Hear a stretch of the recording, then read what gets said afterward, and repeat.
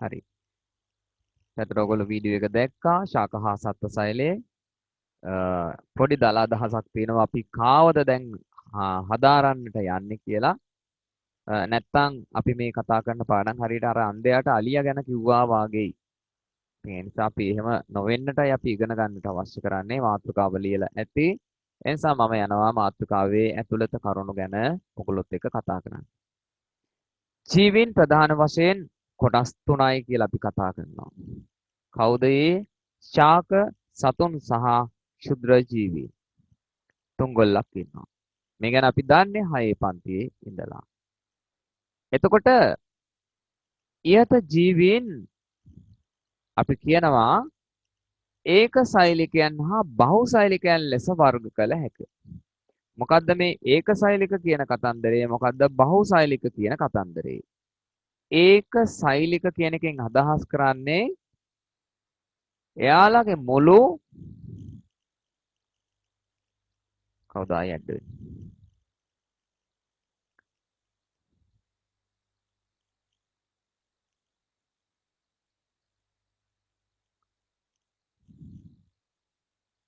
දේහය නියෝජනය වෙන්නේ සෛල කීයකින්ද?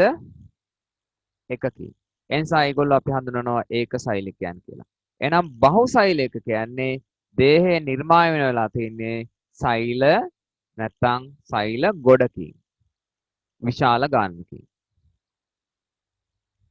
ඒගොල්ලන්ට අපි කියනවා බහුසෛලිකයන් කියලා. එතකොට ශාක ඉන්නවා ඒක සෛලික ශාක. සතුන් ඉන්නවා ඒක සෛලික සතුන්. ක්ෂුද්‍ර ජීවීන් ඉන්නවා ඒක සෛලිකයන්. සතුන් ඉන්නවා බහුසෛලිකයන්, ශාක ඉන්නවා බහුසෛලිකයන්, ක්ෂුද්‍ර ජීවීනුත් ඉන්නවා බහුසෛලිකයන්. ඒ විදිහට වෙනස් වෙනවා. නමුත් ඒ කුමක් විදිහට වර්ග කරත් ඉහත සියලු ජීවීන් නිර්මාණය වීම මේක සහ නෙවෙයි සඳහා දායක වී ඇති මූලික ඒකකය ඒක අපි කියනවා මොකද්ද? ඕගොල්ලෝ දැන් දැක්ක සෛලය කියලා. ඔන්න සෛලය ගැන මට කියන්න තියෙන ඒ ටික. එතකොට අපි දැන් ඉස්සෙල්ලාම කතා කරන්නට යන්නේ අපි දැන් දැක්ක මහ ලොකෝට උජාරුවට කතා කරපු ඔය ප්‍රසන්ටේෂන් හදලා තියෙන නැත්නම් ඔය විදිහට ඇනිමේෂන් කරලා තියෙන සෛලය ගැන අපි ඓතිහාසික කාරණාවක් දැන් දැනගන්නට යනවා. සෛලයේ සම්බන්ධ ඉතිහාසය.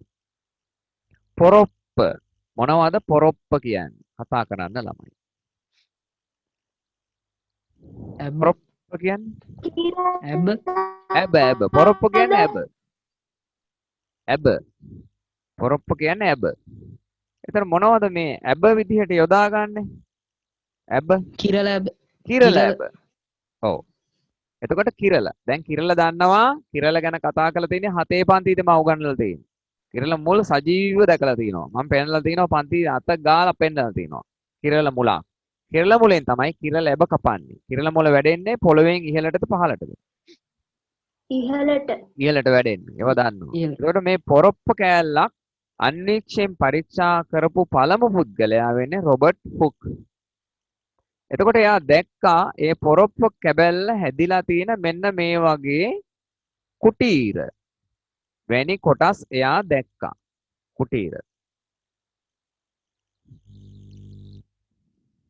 කුටීර වැනි කොටස්. එයා ඒවට දැන් අපි කියන්නේ මොනවද මේවට? කුටීර. අපි මොනවද කියන්නේ? අපි කියන්නේ කුටීර. ඔව් කුටීර කියන්නේ අපේ භාෂාවෙන්. එයාගේ භාෂාවෙන් කුටීර වලට කිව්වේ මොනවද? කියන්නේ. නම කියන්නේ? සෙල්. ඉතින් සෙල් කියන්නේ කුටීර. කුටීර කියන්නේ මොනවද? සෙල්. පසු කාලීනව මේ සෙල් කියන එක එයා මොකක් කියලාද? පසුව විද්‍යාඥයෝ දැනගත්තේ සෙල් කියන්නේ මොකද්ද? සෛලය කියන අදහසට ආවා. ඉතින් එදා එයා කුටීර දැක්කේ ඉන් පසුව ඒ කුටීර මත පිහිටලා විවිධ විද්‍යාඥයෝ ඒ සෛල නැත්තම් කුටීර නිරීක්ෂණය කරන්න ගත්තා දියුණු අන්වීක්ෂ සොයාගෙන. ඉන් පසුව සෛලය ගැන ඒගොල්ලෝ හැදෑරීම් කරලා රොබර්ට් හුක්ගේ පිහිටෙන් එයා හොයාගත්තට පසුව අනිත් අය ඒ තුල තියෙන විවිධ අවයව නැත්තම් අපි දුටු විවිධ ව්‍යුහ සොයා ගැනීමක් කළා. එතකොට ඒවා සෑදී ඇත්තේ කුටීර නැමැති ඒකක වලින් බව සොයාගත්තේ පළමු වරට කවුද? කවුද හොයාගත්තේ? Robert hook. එන් පසුව විශාල කාලයකට පසුව ෂොන් ස්ලයිඩන් සහ රැඩොෆ් කියන විද්‍යාඥයෝ තුන්දෙනා ඉදිරිපත් කරා සෛලය ගැන පොතක් ලිව්වා. සෛලය ගැන. ඒකට කියනවා අපි සෛලවාදය කියලා. සෛලවාදය. මොකද දන්නවා පානදුරා වාදය. අහලා තියෙනවා. ඒ වගේ. දැන් එතකොට මෙතන තියෙනවා සෛලය ගැන කරුණු විශාල කරුණු ප්‍රමාණයක් ඉදිරිපත් කළ ඒගොල්ලෝ ලොකු අධ්‍යයනයක් කළ තුන්දෙනාත් එක්ක කරුණු ගොඩක් ඉදිරිපත් කළා. ඒ කරුණු ඇතුළත් ග්‍රන්ථය අපිට වැදගත් නැහැ. අපිට වැදගත් වෙන්නේ ඒගොල්ලෝ කියපු ප්‍රධාන කරුණු කිහිපයක් විතරයි. මෙන්න පුතේ පළවෙනි කාරණාව. ජීවීන්ගේ තැනුම් මේකකය සෛලයයි. ඔය බව ඉගෙනගෙන තියෙන දෙවනි වතාවටයි මේ තැනුම් මේකකය කියන වචනේ ඉගෙන ගන්න. එතකොට අපේ gedara හැදිලා තියෙන මූලික ඒකකය අපි හඳුන්වන්නේ මොකද්ද? ගඩොල. නැත්තම් බ්ලොක් ගල. ඔය විදිහට එකට එක තියලා තමයි අපි මේ විදිහට නිර්මාණයක් කරන්නේ අපේ gedara නැත්තම් බිත්ති විදිහ හැඩයට හදාගන්නේ ආව තියලා. ඉතින් ඒ වගේ අපේ දේහයත් නැත්තම් ජීවීන්ගේ මේ තියෙන දේහත් නිර්මාණය වෙලා තියෙන්නේ සෛල කියන ඊතා කුඩා ව්‍යුහ ඒකක ගණනාවක් එක මත එක තැම්පත් වීමෙන්. එනිසා අපි කියනවා ජීවීන්ගේ තැනුම් ඒකක මොනවද? සෛලය කියලා. ඊළඟට ජීවීන්ගේ ව්‍යුහය හෙවත් දේහය ගොඩනැගිලා තියෙන ඒකකේ ව්‍යුහය ගොඩනැගිලා තියෙන ඒකකය සෛලය. ඊගාවට ජීවීන්ගේ කෘත්‍ය නැත්තම් තමන්ගේ කාර්යයන් කරන්න ප්‍රධාන වෙන්නේ සෛලය.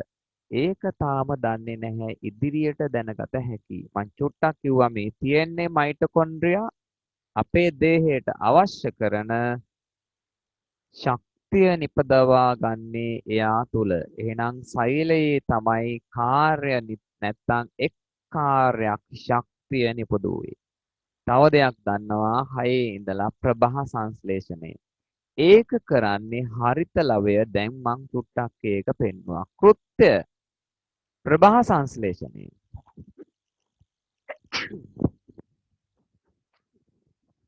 කෘත්‍ය ශක්තිය නිපදවීම. එතකොට ඒ කෘත්‍ය කරන්න මූලික වෙන්නේ කවුද? සෛලය කියන ඒකකය. ඊළඟට එයාගොල්ලෝ හතරවෙනි කාරණාව විදිහට ඉදිරිපත් කරා මෙන්න මේ කියන කොටස් ටික. මොකද්ද ඒගොල්ලෝ කිව්වේ දැන්? පෙර පැවති සෛල බෙදී ඒවා මගින් නව සෛල සාදයි. එහෙනම් අපේ ශරීරයට සෛල අවශ්‍ය වුණාම වෙන කොහෙන්වත් වෙන කාගෙන්වත් ආනයනය කරන්නේ නැහැ. තියෙන සෛල දෙකට බෙදී තමයි නව සෛල සාදන්නේ. එහෙනම් ඒ ගැනත් අපි කතා කරන්නට ඕනේ. තියෙන සෛලය බෙදෙනවා දෙකට. නව සෛල සාදනවා. එම සෛලද දෙකට බෙදී තවත් නව සෛල සාදයි. ඒ විදිහට අපේ සෛල සංඛ්‍යාව වැඩි වුණාම කුඩා කාලේ අපි මෙන්න මෙච්චර නම් දැන් වෙනකොට අපි ඊට වඩා 10000 ගුණයකින් විශාල වෙලා තියෙන්නේ.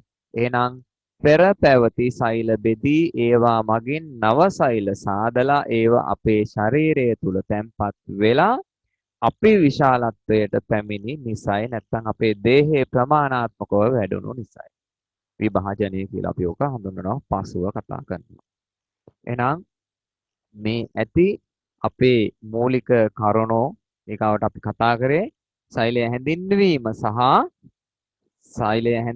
සහ අතීතය නැත්නම් ඓතිහාසික කරුණු කතා කළේ. හරි. එහෙනම් අපි මේ විදිහට හැඳින්වීම ලියාගමු. ජීවීන් ප්‍රධාන වශයෙන් කොටස් තුනකි. ජීවීන් ප්‍රධාන වශයෙන් කොටස් තුනකි.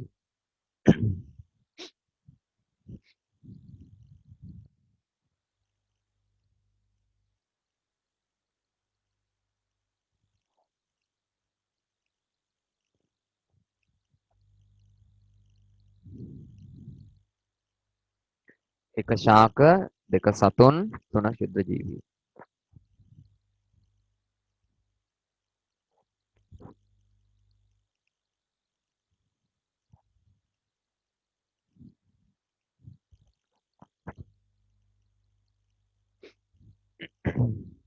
අපි ලියමු.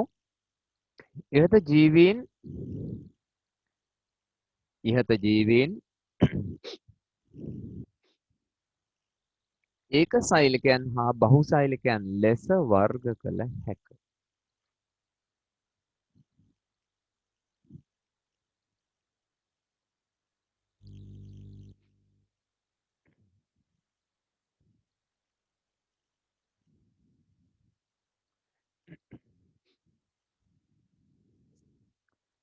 නමුත් ඉහත සියලු ජීවීන්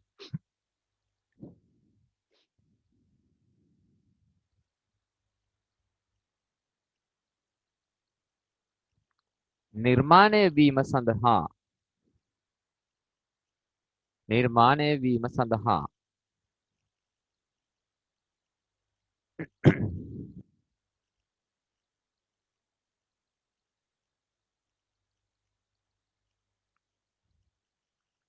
දායක වී ඇත්තේ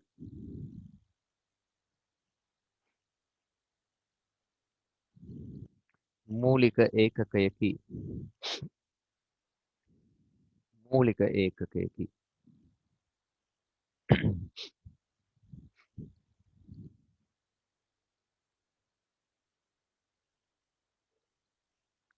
අතු පෑනෙන් එය සෛලයයි.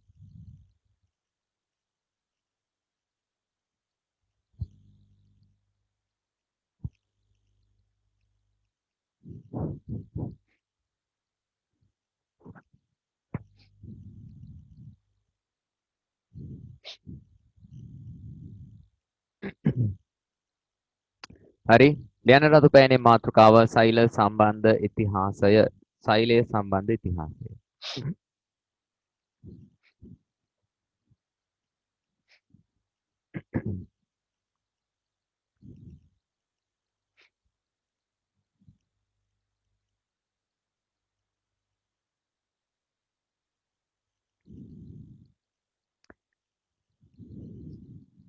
මම විස්තර කළා. ඒ අර්ථය අපි ලියන පළමු කාරණාව රතු පෑනෙන් තරු ලකුණක් දාලා නිල් පෑනින් ලියන්න මේ කාරණාව. දැන් විස්තර කළා.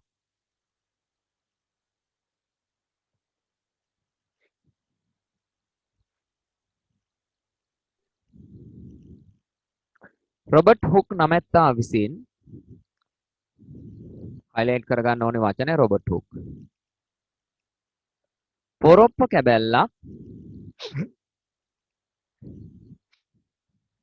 කැබැල්ලක්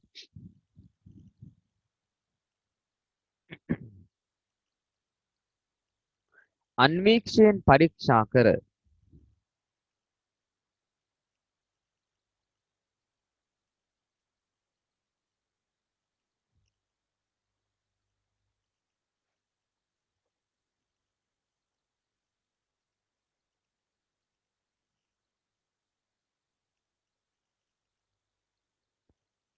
ඒවා සෑදී ඇත්තේ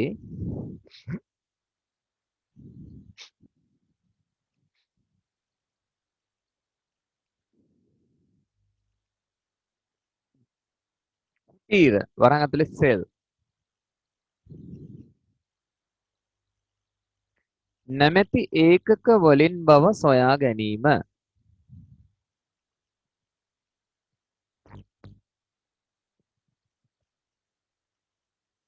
නැමැති ඒකක වලින් බව සොයා ගැනීම.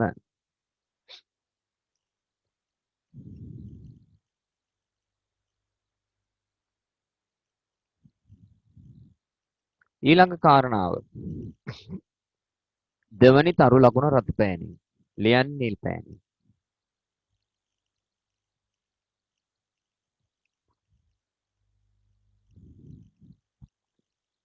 ශ්වාන් ස්ලයිඩන් රැඩොෆ්. highlight කරගන්නට ඕනේ නම් තුන. විසින්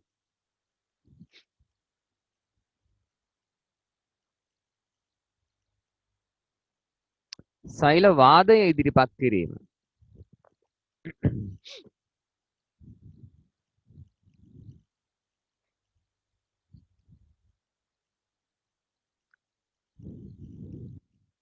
එහි ප්‍රධාන කරුණු 4කි.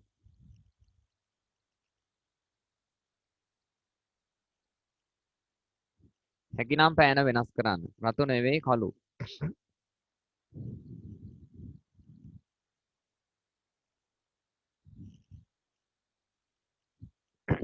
කරුණු 4 අපි ලියමු. දැනුම් ඒකකයේ සෛලයේ බව, විව්වමය ඒකකයේ සෛලයේ බව, කෘත්‍යමය ඒකකයේ සෛලයේ බව සහ පෙරපැති සෛල බෙදීන් ඒවා මගින් නව සෛල සාදයි.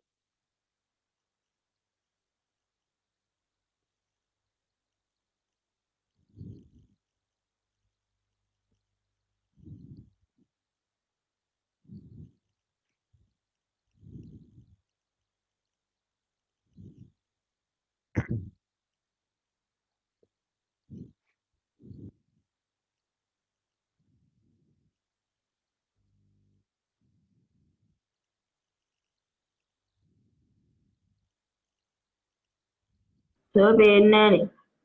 මොනවද පේන්නේ නැත්තේ? නෑ ස්ක්‍රීන් එක. පේන්නේ ස්ක්‍රීන් එකේ කළු පාට කොටු. දැන් හරි. අපි සිග්නල් අවුලක්.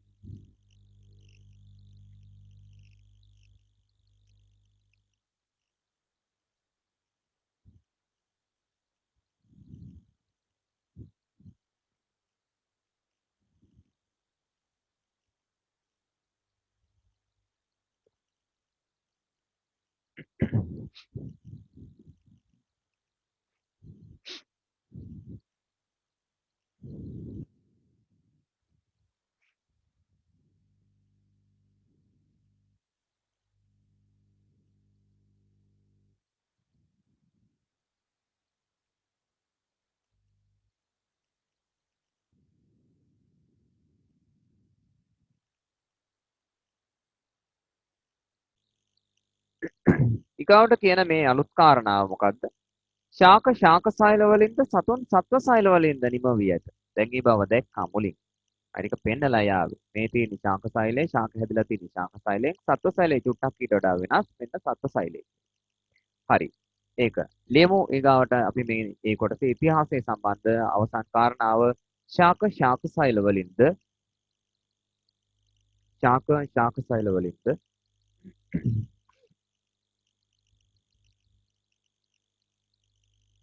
සතුන් සත්ව සෛල වලින්ද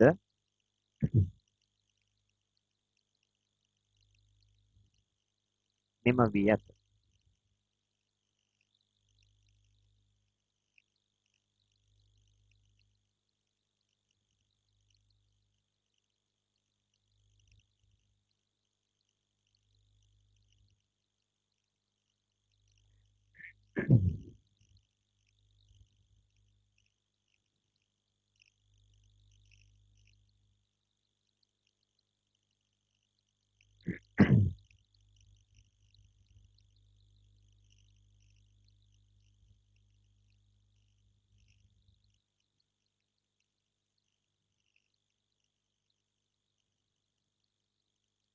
හරි.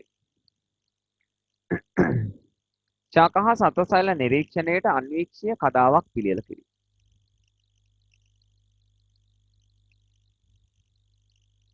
මාතෘකාව ලියන්න.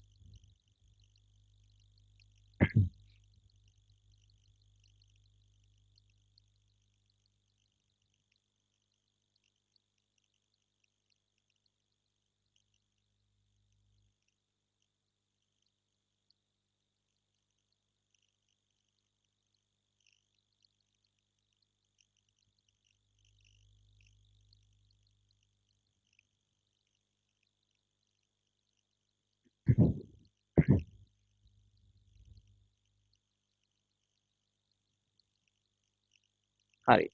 මේ මාත් එක්ක කතා කරලා තියෙන කාරණාවක්. ඒ නිසා මම නැවත මේ වගේ කාරණාවලට යන්නේ නැහැ. අපි කුඩා පන්ති වල නැත්නම් පොඩි පන්ති වලින් තමයි මේ කතා කරගෙන ආපු කාරණාව. කොහොමද ස්ලයිඩ් එකක් හදාගන්නේ නැත්නම් අපි අන්වීක්ෂීය කතාවක් හදාගන්නේ කියන එකයි මෙතනද අපි කතා කරන්න බලාපොරොත්තු වෙන්නේ. අපිට අවශ්‍ය නම් මෙතනදී වීදුරු කතාවක්. ඒ වීදුරු කතාව මතින් අපි කොහොමද අන්වීක්ෂ නිරීක්ෂණයක් ගන්නට අවශ්‍ය කරන යම්කිසි ශාක හෝ සත්ව සෛලයක කොටසක් නිරීක්ෂණයට මේ කතාව හදාගන්නේ කොහොමද කියන එකයි කතා කරන්න යන්නේ. අපි ගන්නේ ලුණු ගෙඩියක් අපි කරලා තියෙනවා. ඒතර අපිට අවශ්‍ය කරන්නේ මොකද්ද? ලුණු සිවියක්. සිවියක් තුල තියෙන්නේ සෛල තනි ස්තරයක්. ඒතර අපිට බලන්න ලේසි යන්නේ ඉච්චේ. ඒතර අපි කරන්නේ මෙතනදී ඉස්සලාම ලුණු ගෙඩිය කපනවා. කපලා ඉවරලා ඒකෙන් කොටසක් අපි වෙන් කර ගන්නවා.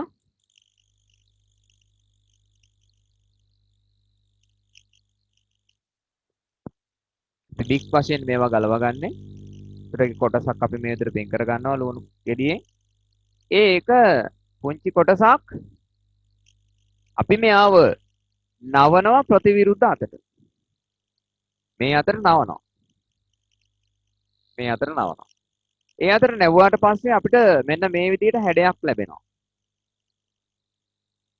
ඔය විදිහ හැඩයක්. දැන් ප්‍රතිවිරුද්ධ අතට නැවුව නිසා මෙතනින් කැඩෙනවා. එතනින් කැඩුනහම අපි කරන්නේ මොකක්ද? මේ එක සෛල එක කොටසක් එක ලුණු සිවියේ එක කොටසක් මේ පැත්තට තල්ලු කරනකොට අනික් කොටස මේ පැත්තට මම අදිනවා. එහෙනම් මෙහෙට තල්ලු කරනවා මෙහෙට අදිනවා. එතකොට මෙතනින් ගලවලා එනවා ඉතා තුනී සෛල අඩංගු පටලයක් මට එනවා. ඒ පටලය මම අරගෙන තැම්පත් කරනවා කොහේද? වීදුරු කඩාවේ මත තැම්පත් කරනවා. දැන් ඔන්න මම වීදුරු කඩාව මත තියපු ලුණු සිවිය. දැන් මේ විදිහට තියලා ලුණු සිවියේ විදිහට මම තියනවා කඩාව මත. තිබ්බට පසුව මේක රැලි ගහලා තියෙන්නට පුළුවන්. ඒ නිසා මම කරන්නේ ඊට පස්සේ මේ සඳහා එකතු කරනවා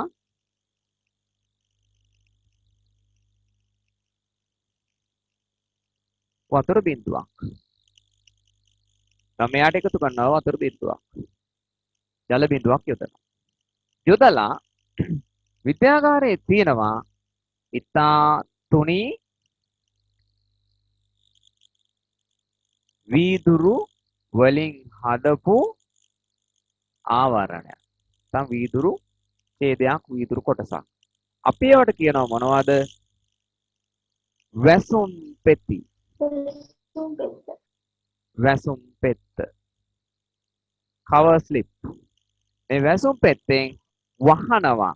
වහන්නට අපි වැසුම් පෙත්ත තියන්නේ මෙන්න මේ විදිහට. තියන්නේ මෙහෙම. මේ වැසුම් පෙත්ත අරගෙන අපි වැසුම් පෙත්ත තියන්නේ මේ විදිහට. කොහොමද තියන්නේ? එක පැත්තකින් මේ විදිහට වැසුම් පෙත්ත ඔහොම තියලා ඒක මේ තියෙන වීදුරු කඩාව මතට මේ විදිහට පහත් කරනවා. ඒ පහත් කරපුවාම මොකද වෙන්නේ? අවසානයේදී ඔය කියන වැසුම් පෙත්ත පැතිරෙනවා. කොහොමද? මෙන්න මෙතන තියෙන ලුණු සිවිය මත. ලුණු සිවිය මත පැතිරෙනවා. වැසුම් පෙත්ත ලුණු සිවිය මත පැතිරෙනවා යාව වහගෙන. ඔතන පැතිරෙනවා. ඊගාට අපි මෙතන වටේට එක්රැස් වෙන වැඩිපුර ඇති ජලය ටික පෙරාන් කඩදාසියකින් පිහදාලා මේ සූදානම් කරපු කඩාව කොහේ තියලාද? අන්වීක්ෂයේ වේදිකාව මත තියලා නිරීක්ෂණය කරනවා. ඔය කිව්වේ 7 පන්තියේදී ඉගෙන ගත්ත කරුණු කිහිපයක්. නැවත මතක් කරගන්න. 7 පන්තියේදී තමන් අන්වීක්ෂ පාඩමේදී කතා කරපු කරුණු කිහිපයක්. ඔන්න අපි කතාවක් හදා ගන්න හැටි. එහෙනම් මෙතනදී මම කතාව පිළියෙල කරගන්නට තුනේ ඡේදයක් ලබා ගත්ත පළමුව අවශ්‍ය නම් වර්ණ ගැන්වීම කියන පියවර කරන්න ඕනේ. මොකද ඒක පියවර කරන්නේ ශබ්ද සෛල නිරීක්ෂණය සඳහා. ඊගාවට කඩාව මතින් තබා ජල බිඳුවක් යොදනවා. ඉන් පස්සේ වායු බුබුලු සිරනවන ලෙස වැසුම් පෙත්තකින් වහනවා. අන්වීක්ෂයෙන් නිරීක්ෂණය කරනවා. එතකොට අර වැඩිපුර තියෙන ජලය පිස දමලා තමයි නිරීක්ෂණය කරන්නට ඕනි. නැත්නම් අන්වීක්ෂයේ ජලය ස්පර්ශ වෙනවා ජලය ගෑවෙනවා ඒක හොඳ නැහැ. මේක තමයි පිළිවෙල. මේක තමයි පිළිවෙල. තුනී ඡේදයක් ලබා ගැනීම අවශ්‍ය නම් වර්ණ ගැනීම හදාමතින් තබා ජල විදවක් යෙදීම වායුපුළු ස්ථිර නොවන ලෙස වැසු පැත්තකින් වැසීම වැඩිපුර ජලයෙන් පිස නිරීක්ෂණය කිරීම. එතකොට මේ විදිහට නිරීක්ෂණය කරනවා අපි මෙන්න මේවා මොනවද? මේ බලලා තියෙන කොටස්මයි මෙතන තියෙන්නේ. ශාක සෛලයක ලුණු සිවියක් සුදුසුයි. ශාක සෛල නිරීක්ෂණයට. බුලත් කොළයක යටි අල්පචාර්මයක් සුදුසුයි. ශාක සෛල නිරීක්ෂණයට. රෝහියෝ ඔක්කොම මේ ළඟ ඉන්න අය පේස්ට්‍රි ෂොප් එක දන්නවා. පේස්ට්‍රි ෂොප් එකේ ඇතුල් වෙන තැන අර බිම දොරකොඩ දෙපැත්තේ බිම හිටවලා තිනවා චූටි මෙන්න මෙහෙම කොළ තියෙන කොළ පාට ගහක්. මේ කොළ පාට ගස්වල යටිපැත්තේ පත්‍රය රෝස පාටයි. මේ ගහට තමයි අපි කියන්නේ මොකද්ද? රෝහියෝ කියලා. එයාගේ යටිපැත්තේ රෝස පාට සිවියක් අරගෙන අපිට පුළුවන් ශාක සෛල නිරීක්ෂණයට කදාවක් පිළියෙල කරගන්න පුළුවන් වෙනවා. එතකොට ඊළඟට අපි සත්ව සෛල නිරීක්ෂණය කරන්න මොනවද ගන්නෙ? මානව කොපුල් සෛල. කොහෙද කොපුල් සෛල තියෙන්නේ? කොපුල් සෛල කොහෙද තියෙන්නේ? කට ඇතුලේ මේ වගේ කුහරයක් නම් මේ කුහරය වට කරගෙන තියෙන්නේ මේ හරිය මොකද්ද? කම්මුල. කට හොඳට ඇරලා මේ කම්මුල ඇතුල් පැත්තේ තියෙන සෛල ටික යෝගට් හැන්දක් උපකාරයෙන් සූරා ගන්නවා. ඒ සූරලා ගන්නේ කම්මුල ඉරි තැලෙන්න, කම්මුල තැලෙන්න, කම්මුල තුවාල වෙන්න, කම්මුලේ ඉරි ඇඳෙන්න නෙවෙයි ඇතුල් පැත්ත ගන්න. යන්තා නිකන් අර කීටය වගේ ශ්ලේෂ්මලයේ කොටසක් තියෙන ඒ කොටස සූරලා අරගෙන තමයි මානව කොපුල් සෛල අපි නිරීක්ෂණය කරන්නේ. කොපුල් සෛල නිරීක්ෂණය කරන්නේ. එතකොට දැන් ඒවා අපි දන්න කරුණෝ පහුගිය කරුණෝ ඒවා අපි නිරීක්ෂණය කරනකොට අපිට ඒ කොටස් පෙනෙන්නේ මෙන්න මේ විදිහ නිසා අපි කියනවා පහත දැක්වෙන්නේ ඒවා දක්වන ලැබුණු ආකාරයයි කියලා. එහෙනම් වෙන ලුණු සිවියේ සෛල පෙනෙන හැටි. ඕලංගේ මන් දීලා තියෙන ටියුට් එකේ මේ රූපේ මේ විදිහටම තියෙනවා. නමුත් අද ඕගොල්ලෝ අඳින්නට ඕන. මේවා අඳින්න ඕනි මාත් එක්ක. එදත් ඇන්දේව අදත් අඳවනවා. දෙන්නේ නැහැ. සමහර ඒවා දීලා ඇති ඉස්සර. නමුත් අද අඳින්නට වෙනවා. මොකද අද තීරණාත්මක තැනක තමන් ඉන්නේ. මේ තියෙන්නේ බුලත් කොලේ යටි අපි චර්මය හෝ රෝහියෝ පත්‍රයේ යටි අපි චර්මය පෙනෙන හැටි. ඒවා අඳින්නට වෙනවා. අද අඳින්න වෙනවා. ඊගාට මේ තියෙන්නේ මානව කොපුල් සෛල වර්ණ ගැන්වුවාට පසුව පේන හැටි. දැන් ඔයගලන්ට ගැටලුවක් ඇති මොකද්ද මේ වර්ණ ගන්නනවා කියන්නේ මොනවෙන්ද වර්ණ ගන්නන්නේ කියලා. එතකොට විද්‍යාගාරයේ තියෙනවා වර්ණක හෙමටොක්සලේන් මේ විදිහට වර්ණක තියෙනවා අපිට විද්‍යාගාරයේ තියෙන වර්ණකම ඕනේ නැහැ. මේවා වර්ණ ගන්නවන්නේ දැන් ඔයගොල්ලෝ දන්නවා නියර මේ දියර නිල් ආවට අරගෙන වතුරට අපි ඒ වතුරට අර සෛල ටික දාලා වර්ණ ගන්නවන්න පුළුවන්. ඒත් ඒකම තමයි වෙන්නේ. කිසිම ප්‍රශ්නයක් නැහැ. එතන එනවා. එතකොට දැන් මේ තියෙන මානව කොපුල් සෛල අපි ඒ ටික නිරීක්ෂණය කළාට දැන් මේව බැලුවා. ඊට පස්සේ මේ ටික අඳින්නට තියෙනවා. එතකොට මම පළමුවද දැන් කතා කරේ මේ මාතෘකාව ශාක හා සත්ව සෛල නිරීක්ෂණයට අන්වීක්ෂීය කතාවක් පිළියෙල කිරීම. ඒ යටතේ පියවර 5ක් මම ඉදිරිපත් කරා. ඒ පියවර 5 දැන් ලියන්නට අවශ්‍යයි. ලියමු පටන් ගන්න. අංක 1 තුනේ ඡේදයක් ලබා ගැනීම. ගැටලුවක් තියෙනවා නම් අහන්න. කරපු කොටසේ ගැටලුවක් තියෙනවා නම් අහන්න පුළුවන්. කතා කරන්න.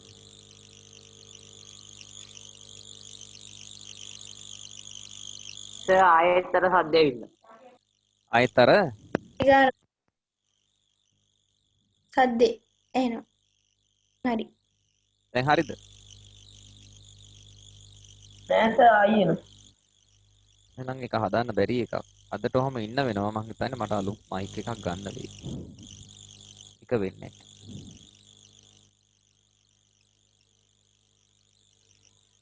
දැන් මම මෙහි ෆෝන් එකෙන් මේ ආවට පස්සේ මේ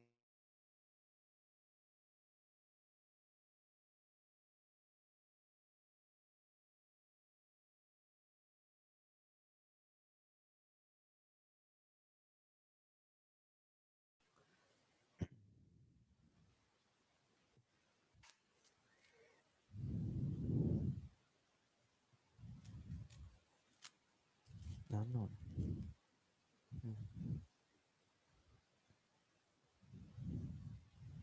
සර් අන්තිම වාක්‍ය පේන්නේ නැහැ.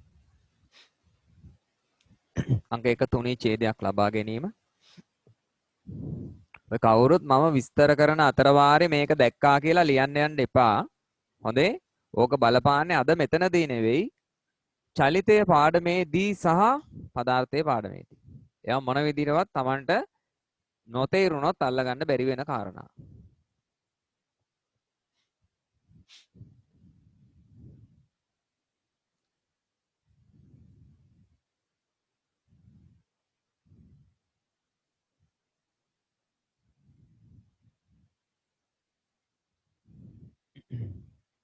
අවශ්‍ය නම් වර්ණ ගැන්වීම කදා මතින් තබා ජල විදුවක් යෙදීම වායු බුබුලු නෙවෙයි වායු බුබුලු සිරණවන ලෙස වැසුම් පෙත්තකින් වැසීම වැඩිපුර ජලය පිස නිරීක්ෂණය කිරීම. ඒ ටික ලියලා ඉවරද?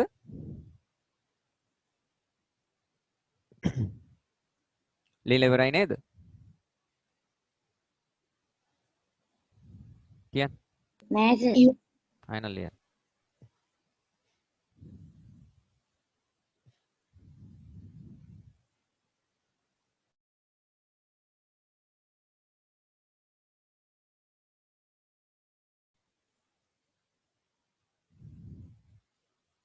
ඇද්ද?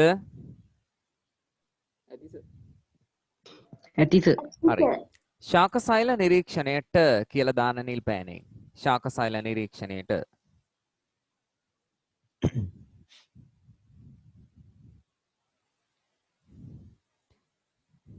වෙන සුදුසු දේවල්. ලුණු සිවියක්. බුලත් කොළයක යටි අපි චර්මය. රෝහය පත්‍රයක යටි අපි චර්මය.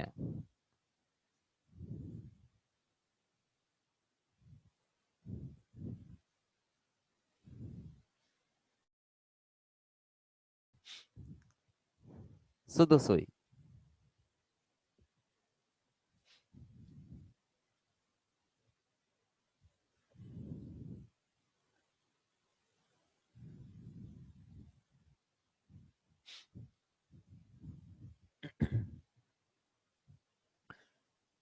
ඒ ටික ලියන්නේ වෙනත් පෑනකින් ඈ. තමන්ගේ කරුණු අවධාරණය කරන්න මේ විදිහට වර්ණ පාවිච්චි කරන්නට අවශ්‍යයි.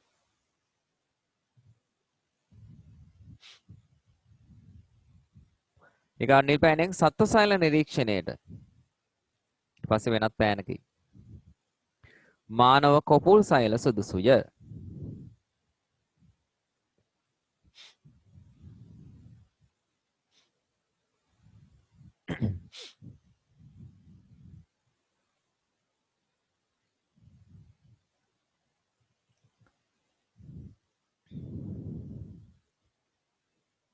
වෙනම පහත දැක්වෙන්නේ ඒවා දක්නට ලැබුණු ආකාරයයි.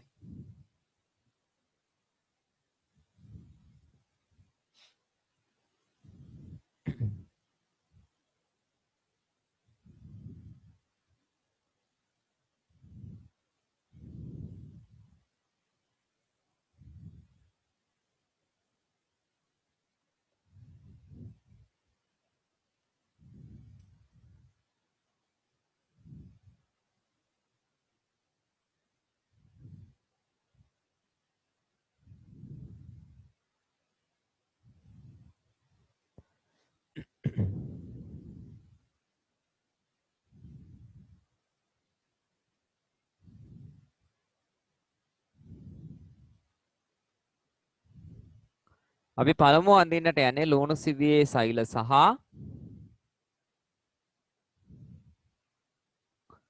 බුලත් කොළයක හෝ රෝහිය පත්‍රයක යටි අපචර්මීය සෛල.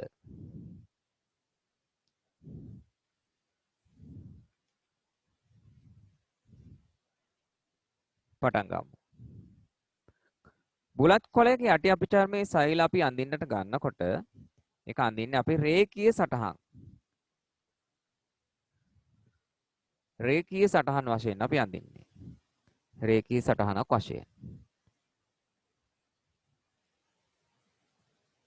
රේඛී සටහන්. ඒ කියන්නේ මෙහෙම රේඛා මගින් තමයි අපි නිරූපණය වෙන්නට ඒවා අඳින්නට ගන්නෙ. ඒකයි ඒකේ අදහස.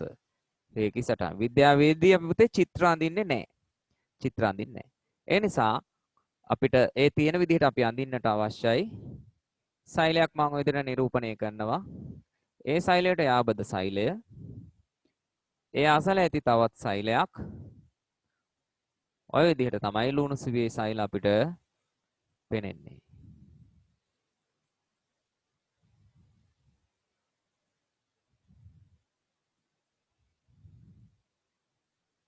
right.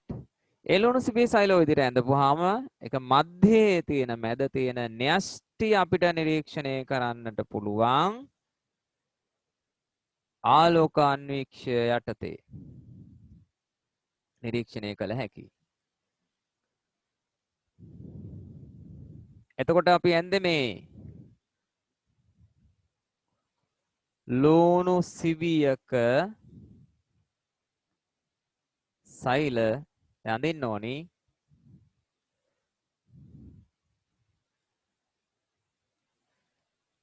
ආලෝක අන්වීක්ෂයේ අධිබලය යටතේ. දැන් අපි මේවා නම් කරනවා. ඔයාලා අඳින්න දැන්. නම් කිරීම. පිටතම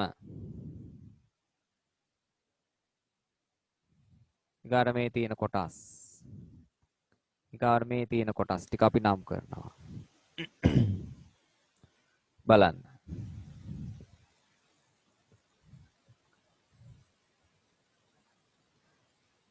පිටතම සීමාව සෛල බිත්තිය.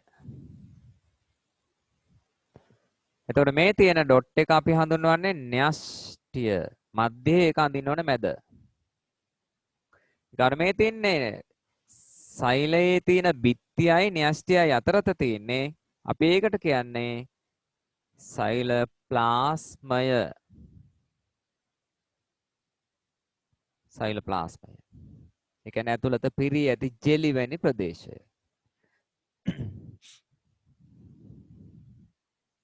ඒ බලමු ඔයගොල්ලන්ගේ අඳින රූප සටහන. ඉන්පසු අපි බුලත් කොළේ හෝ රෝහියෝ පත්‍රයක යටි අපචර්මීය සෛල අපි නිරූපණය කරනවා. මෙන්න මේ විදිහට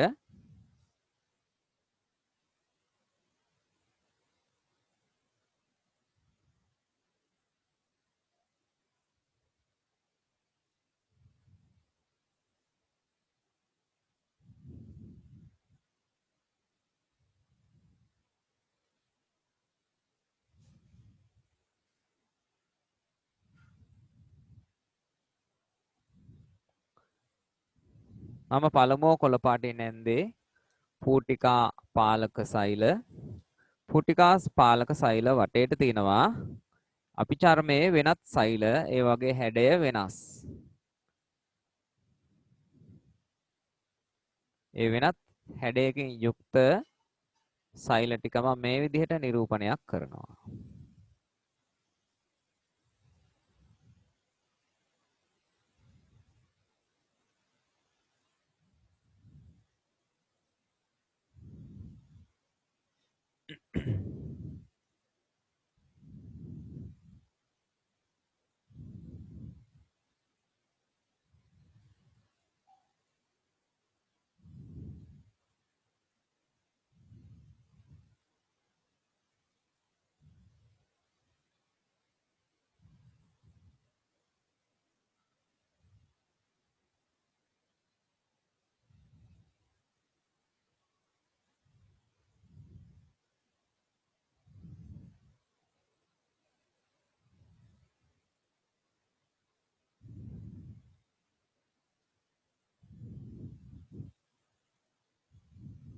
මම නම් කරනවා දැන්.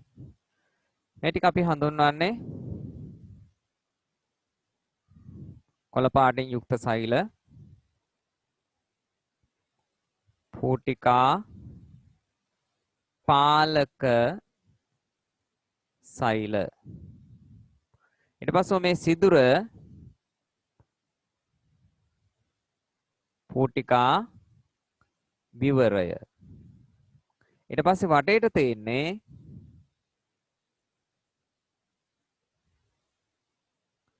අපිචර්මීය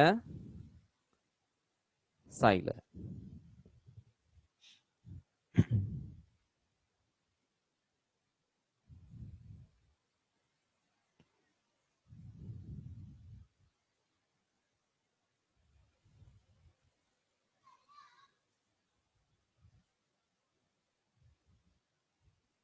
මේ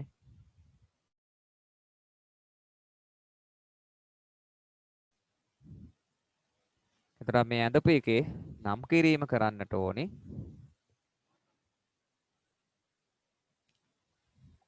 බුලත්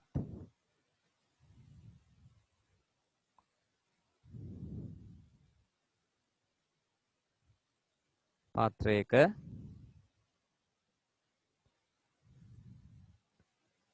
යටි අපි චර්මය අන්වීක්ෂය. කෙටියෙන් දාන්නේ අන්වීක්ෂය. කඳින්න ඕන.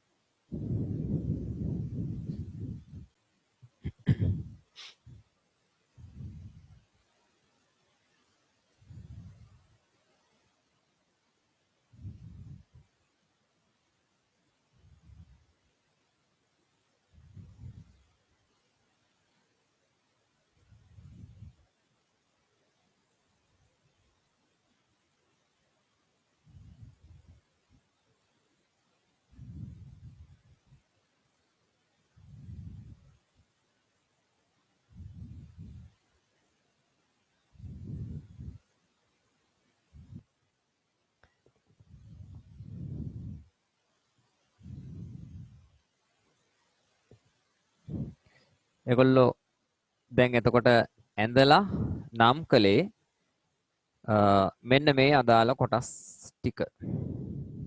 හරි? ඊකට අපි කතා කරන්නේ මානව කොපුල් සෛල. කියන්නේ දැන් සත්ව සෛල නිරීක්ෂණය කිරීමේදී තියෙන කොටස් ටික තමයි ඔයගොල්ලෝ මේ විදිහට අඳින්නට යන්නේ. අපි ඒක අඳිමු. මානව කොපුල් සෛල.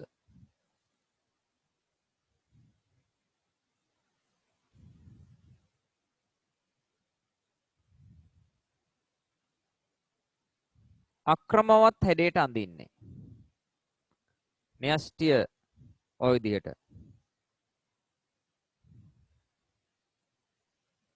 දෙවනි වරයි මේ අඳින්නේ මේ රූප සටහන්.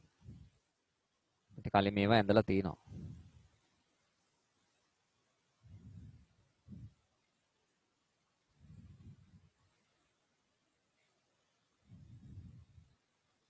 හොඳට කිහිපයක් දාගන්න.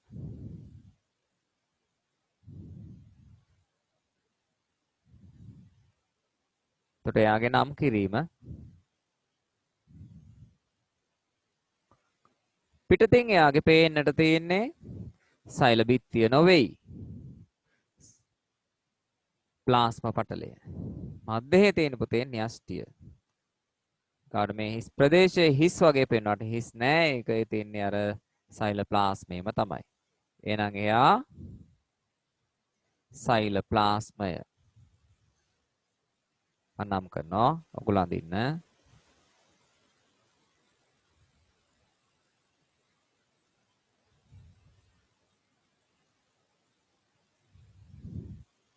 තමයි න්‍යෂ්ටිය. වටේට තියෙන්නේ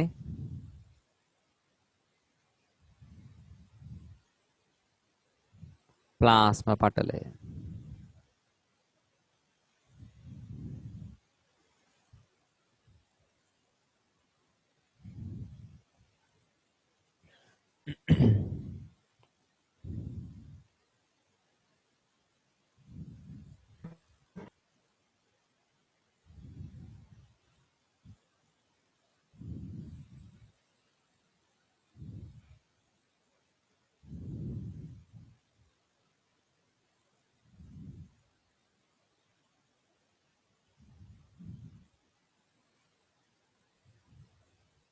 මානව කොපුල් සෛල.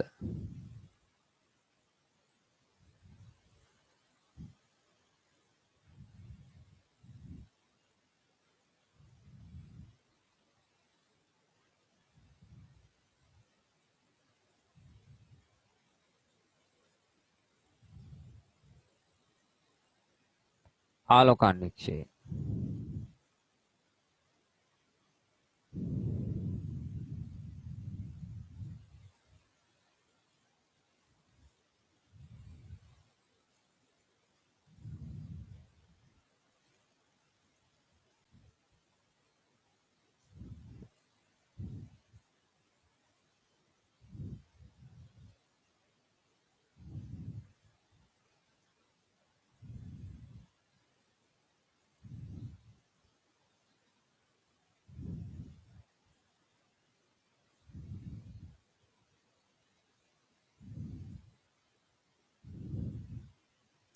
මේ ටිකයි ඔයගොල්ලෝ ඇඳලා නම් කළේ.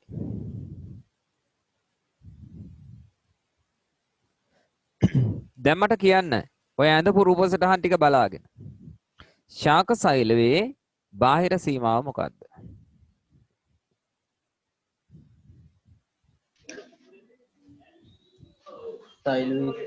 සෛල විත්තිය.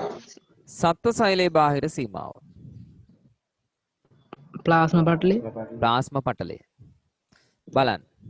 මේ තියෙන්නේ අපිට ආලෝක අන්වීක්ෂයෙන් නිරීක්ෂණය කරපුවාම දක්නට ලැබෙන කොටස් ටික. ඒකේ නම් කළ රූප සටහන තමයි මේ. මේ විභාග ප්‍රශ්න ආවරණය වෙන්නයි මේ කොටස් මම හදාරන්නේ. එතකොට බලන්න දැන් මේ යටතේ මම දීලා තියෙන රූප දෙක රේඛීය රූප සටහන් දිහා හොඳට බලන්න. අඳින්න නෙවෙයි කියන්නේ. සත්ත්ව සෛලයේ බාහිර සීමාව ප්ලාස්ම පටලය. ඒක දැන් කිව්ව කාරණාව ඕගොල්ලෝ. ප්ලාස්ම පටලය සත්ත්ව සෛලයේ බාහිර සීමාව. ඊළඟට ශාක සෛලයේ බාහිර සීමාව සෛල බිත්තිය. ඊගාවට මේ දෙකේම තියෙනවා සෛල ප්ලාස්මය කියන ද්‍රව්‍ය ටික. මේ විදිහට තියෙනවා. ඊළඟට හරිත ලව පේනවා ආලෝකාන්වීක්ෂයට එයා තියන්නේ ශාක සෛලයේ විතරයි. ශාක සෛලයේ විතරයි. සත්ත්ව සෛලයේ නැහැ. සත්ත්ව සෛලයේ නැහැ. එතකොට මේ හරිත ලව කිහිපයක් තමයි මම ඇඳලා තියෙන්නේ. ඊළඟට විශේෂම කාරණාවක් තියෙනවා. න්‍යෂ්ටි තියෙනවා. සත්ත්ව සෛලයේ න්‍යෂ්ටිය තියෙන්නේ සෛලයේ මැද. නමුත් ශාක සෛලයේ න්‍යෂ්ටිය තියෙනවා කියලා අපි කියන්නේ කොහෙද? කොහෙන්ද තියෙන්නේ? පැත්තකින්. මේකට නියම වචනේ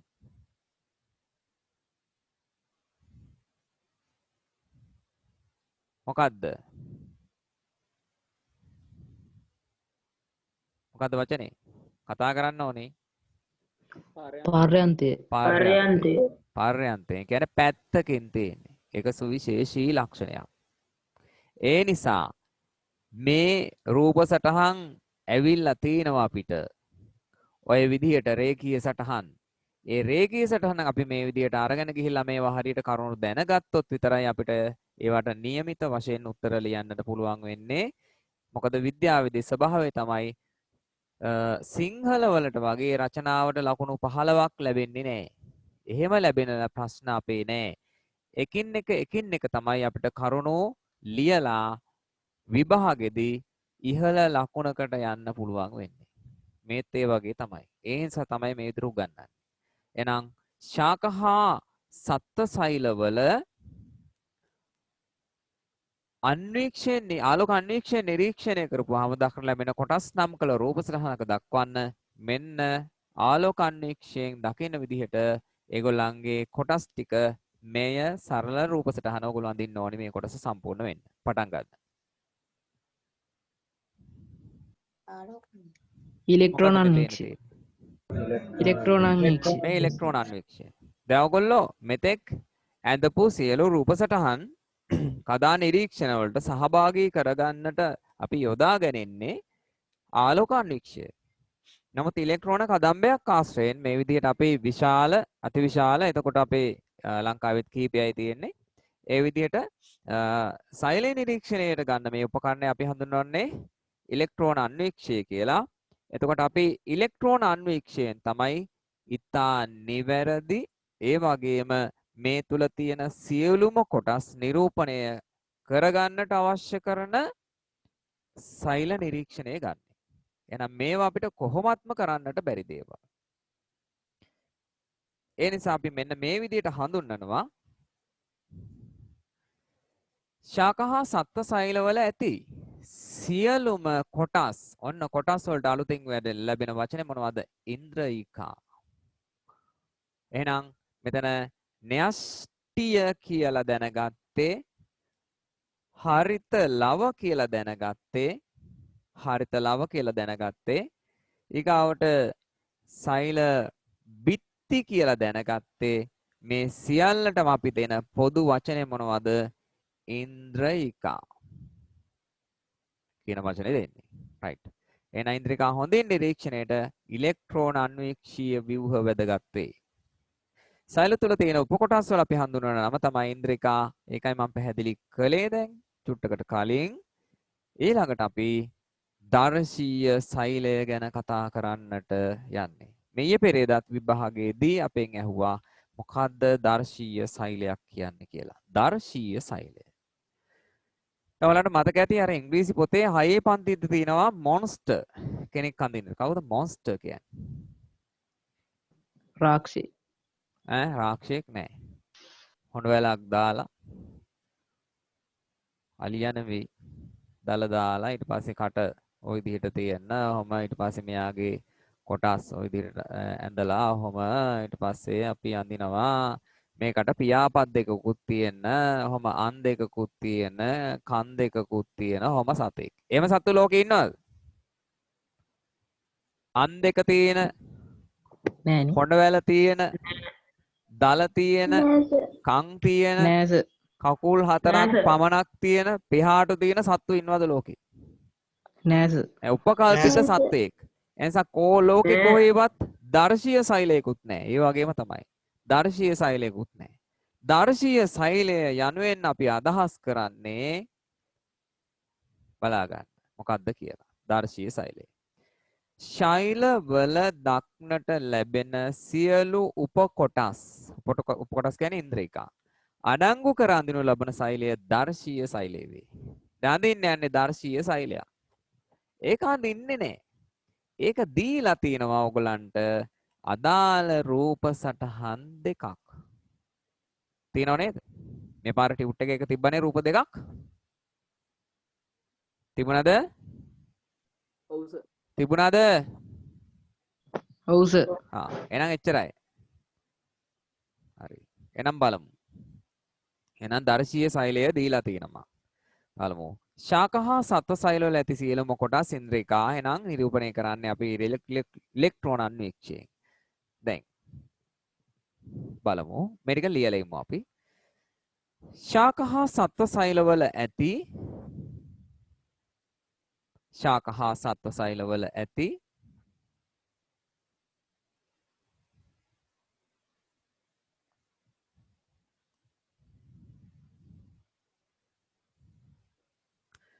සියලුම කොටස්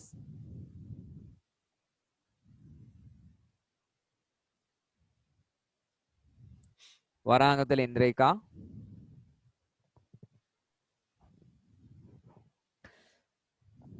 හොඳින් නිරීක්ෂණයට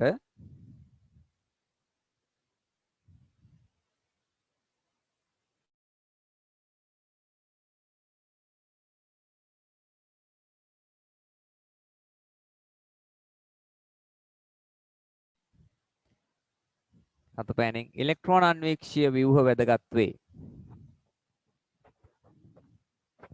ඉලෙක්ට්‍රෝන අන්වීක්ෂීය ව්‍යුහ වැදගත් වේ.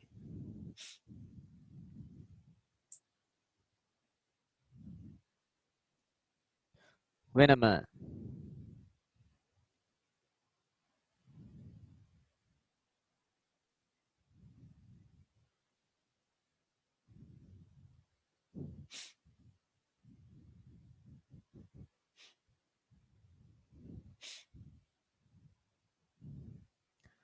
සෛල තුල අඩංගු උපකොටස් ඉන්ද්‍රිකාවේ. ලියන පොතේ දර්ශීය සෛලය කියලා රතු පෑනේ මාතෘකාව.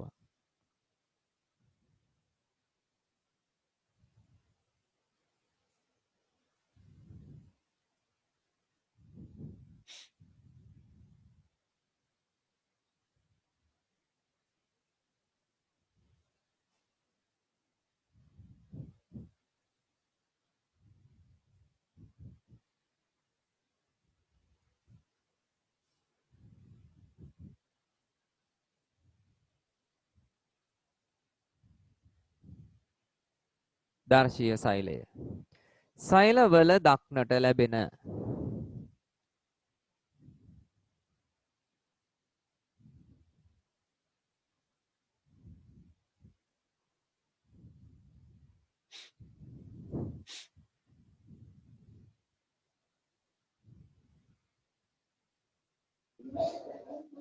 සියලු උපකොටස් අඩංගු කර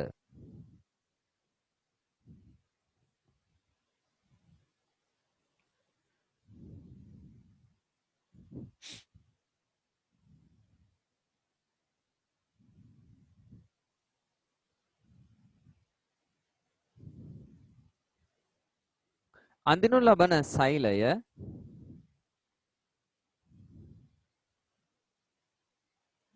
දර්ශීය සෛලය වේ.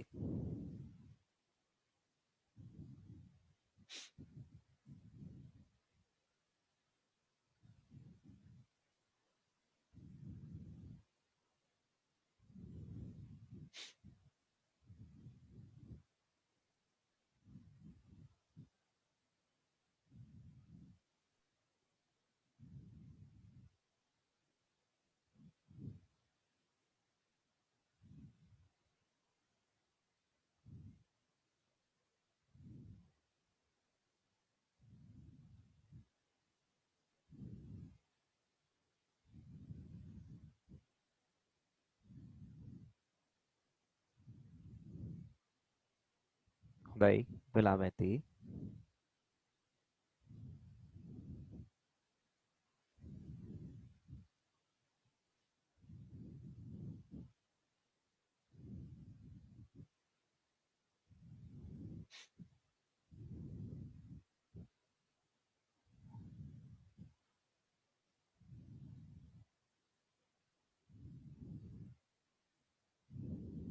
හරි.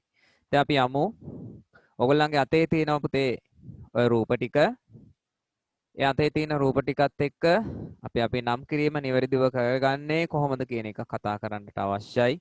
ඒ නිසා ගන්න රූප කොලේ අතට.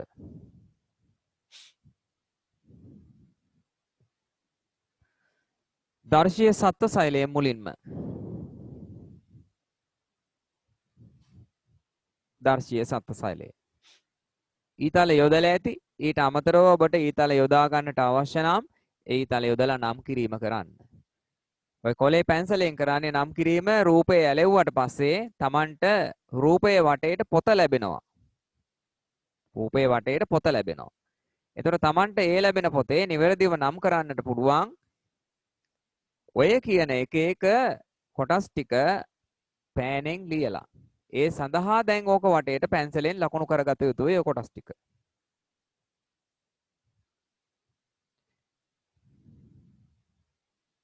එහෙනම් න්‍යෂ්ටිය අංක 1 න්‍යෂ්ටිය න්‍යෂ්ටිය වටා රළු අන්තප්ලාස්මීය ජාලිකා.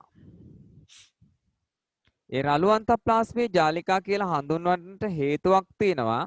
ඒ රළු අන්තප්ලාස්මීය ජාලිකාවල මම මේ අඳින විදිහට ඔය රූපයේ නැත්නම් රයිබෝසෝම හීනියට පුංචියට බිත්තට ඇඳ ගන්න. එතකොට තමයි පෘෂ්ඨය රළු වගේ පේන්නේ.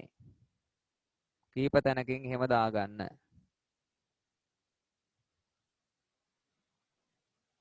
රළු අන්තප්ලාස්මීය ජාලිකා.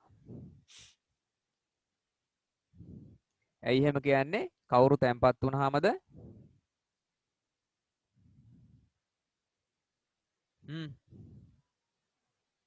කවුරු තැම්පත් වුණාමද? ළමයි කතා කරන්න.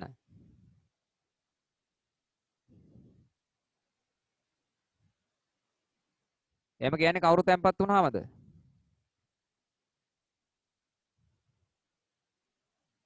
ආ? ඉක්මනට කියන්න. රයිබෝසෝම. රයිබෝසෝම තැම්පත් වුණාම. එහෙනම් රයිබෝසෝම තැම්පත් නැති අන්තප්ලාස්මේ ජාලිකාවලට නමක් කියනවා මොකද්ද? කියන නම. කියන්න ඉක්මනට. සිනිඳු සිනිඳු අන්තප්ලාස්මේ ජාලිකා. මේ ජාලික. මේක නම් කරන්න.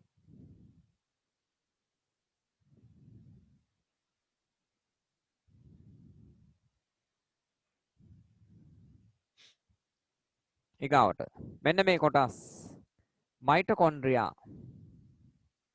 මයිටොකොන්ඩ්‍රියා. ඊට පස්සේ මේ තියෙන කුඩා රික්තක ඒව ඇති තැන් වල ඒ විදිහට ලකුණු කරන්න. උතර මෙයා ගෝල්ගි දේහය. ගෝල්ගි දේහය.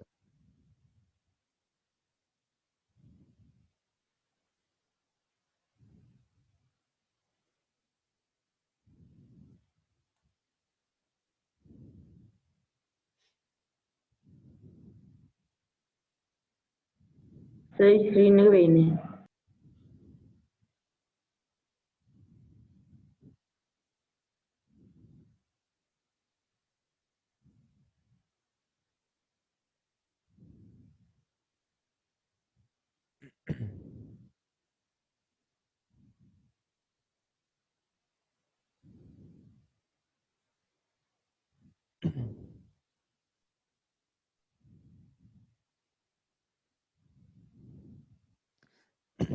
දැන් ඔයගොල්ලෝ නම් කරේ මෙන්න මේ කොටස් ටික.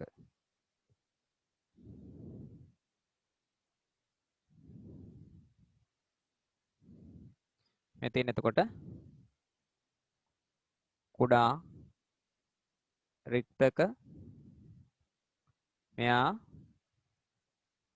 ගෝල්ගි දේහ මෙන්න මෙතන තියෙන මේ විව දෙකක් තියෙනවා මේකට කියනවා කේන්ද්‍ර දේහ කියලා. මෙන්න මෙයා සෛල ප්ලාස්මය. සෛල ප්ලාස්මය. මේ තියෙන්නේ කුඩා රික්තක තමයි. ඒ නිසා යා ඕනේ නැහැ. මේ තියෙන්නේ ප්ලාස්ම පටලය. ගෝල්ගි දේහ නම් කරා. ඒකත් ඕනේ නැහැ. මෙයා මයිටොකොන්ඩ්‍රියා.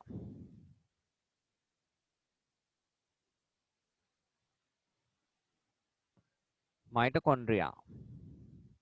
මේ තියෙන්නේ රළු අන්තස් ප්ලාස්ම ජාලිකා. එතකොට මෙන්න මේ නම් කරලා තියෙන්නේ මේ වටේට මොනවද? රයිබෝසෝම. දැන් රයිබෝසෝම අඳිනකොට ඕගොල්ලෝ මෙන්න මෙහෙම චූටි තව තිත් දෙක තුනක් විතරත් ඔහොම ටිකක් ලොකුවට දාලා එයාවත් ඊතලයක් ගහලා දාන්න ඔය ආසන්නයෙන් ඒත් රයිබෝසෝම කියලා. එතකොට හඳුනා ගැනීමට වඩා පහසුයි නැත්නම් පසුව අමතක වෙයි. පසුව අමතක වෙයි. දැන් ඕරු උපසටහන ඔයගොල්ලෝ නම් කරා ඒ නිසා මම මකනවා. මෙතන ඊළඟට ඔය කොටසේම තියෙනවා මෙන්න මේ කොටස් ටික අපැහැදිලි වෙන නිසා මම නම් කළේ නැහැ. දැන් ඒ ටික බලා ගන්න. මෙන්න මෙයා.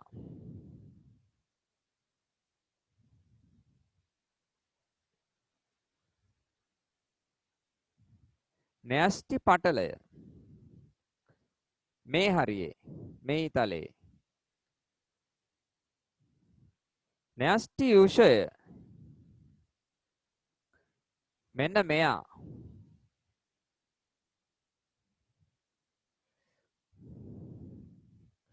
න්‍යෂ්ටිකාව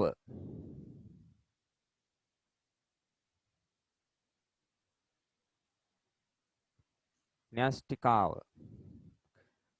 මෙන්න මේ හරියෙන් ඕගොල්ලෝ දාගන්න පැන්සලෙන් මෙහෙම හරියට නිකන් අර නූල් බෝලයක් පැටලිච්ච එකක් වගේ ඒ කොටසට ඊතලයේ දාලා එතන නම් කරන්න වර්ණ දේහ කියලා. වර්ණ දේහ.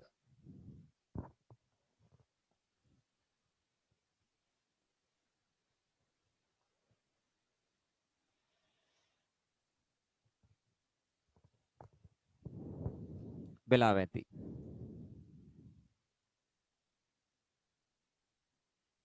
ඊගාවට අපි දර්ශීය ශාක සෛලයට යනවා. දර්ශීය ශාක සෛලේ පිටතම කොටස් ටික මේ කෙනෙක් අපි හඳුන්වන්නේ සෛල බිත්තිය.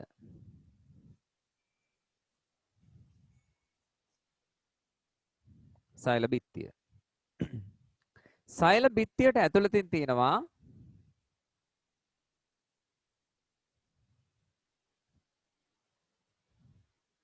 ප්ලාස්ම පටලය. ඊට මේ තියෙන්නේ ගොල්ගි දේහ.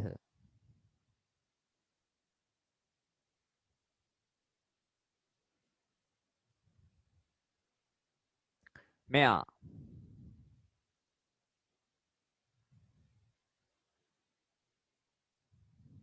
මයිටොකොන්ඩ්‍රියා. මෙයා මධ්‍ය විශාල රික්තක.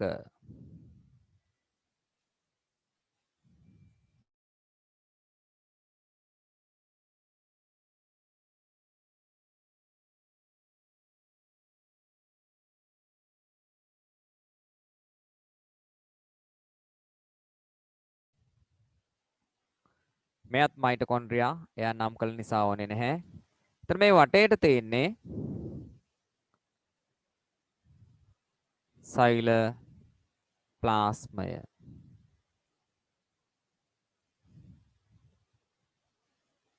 මෙයත් එහෙමයි. රළු අන්තස් ප්ලාස්ම ජාලිකාව.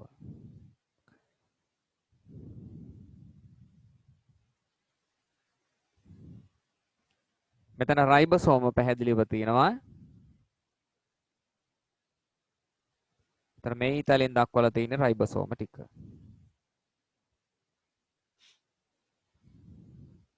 එතන මේ ඊතලෙන් දක්වලා තියෙන මෙන්න මේ හරියට අපිට පුළුවන් දක්වන්න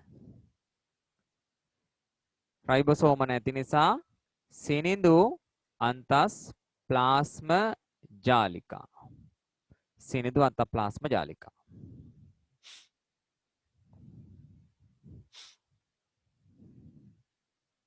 මකනවා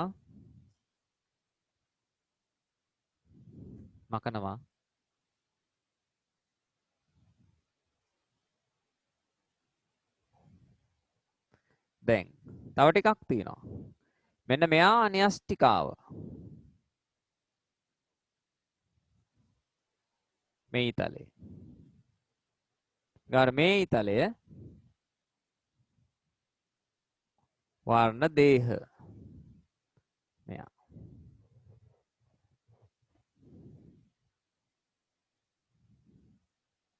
මෙතන ඉඩ තියෙනවා මේ කොටස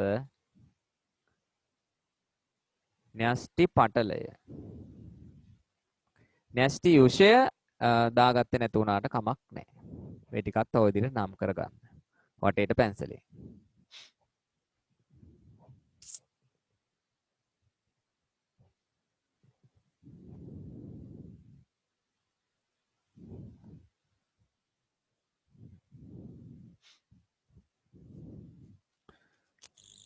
දැන් ඉවරයි නේද?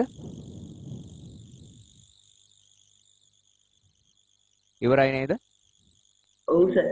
හරි. ඔව් සර් ඉවරයි. මම දන්නව කට්ටිය ස්ක්‍රීන්ෂොට් ගහලා ඇති. දැන් අපි නැවත අපේ අදාළ පාඩමේ කොටස වෙත. එන ඔයගොල්ලෝ දර්ශීය සත්ව සෛලය කියලා යටින් ලියා ගන්න රූප සටහනේ පැන්සලෙන්ම. ඊළඟට සර් ආයෙත් අර හත් දෙනවා. දර්ශීය ශාක සෛලය කියලා ආයෙ අර සද්ද දෙනවා සර්. මේක යටින් ලියා ගන්න.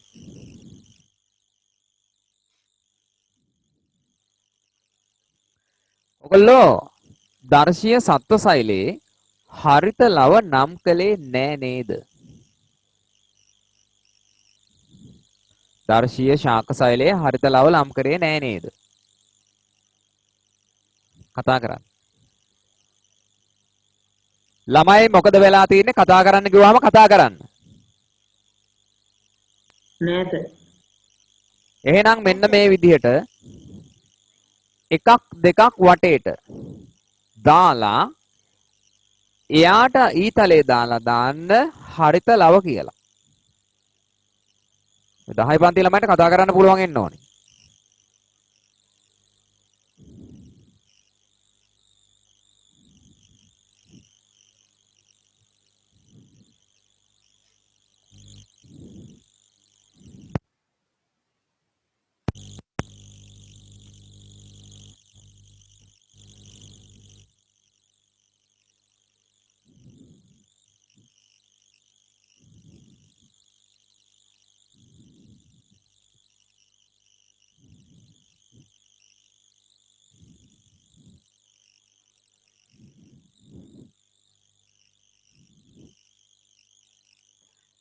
ආයි සද්ද එහෙනවද?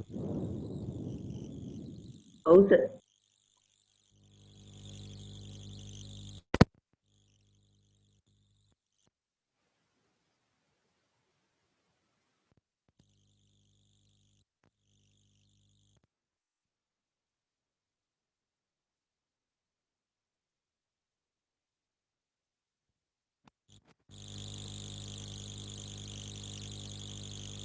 දැන් කොහමද? ඒත් එහෙනම් සද්ද වැඩි සර්. කලින් වඩා සද්ද වැඩි සර්.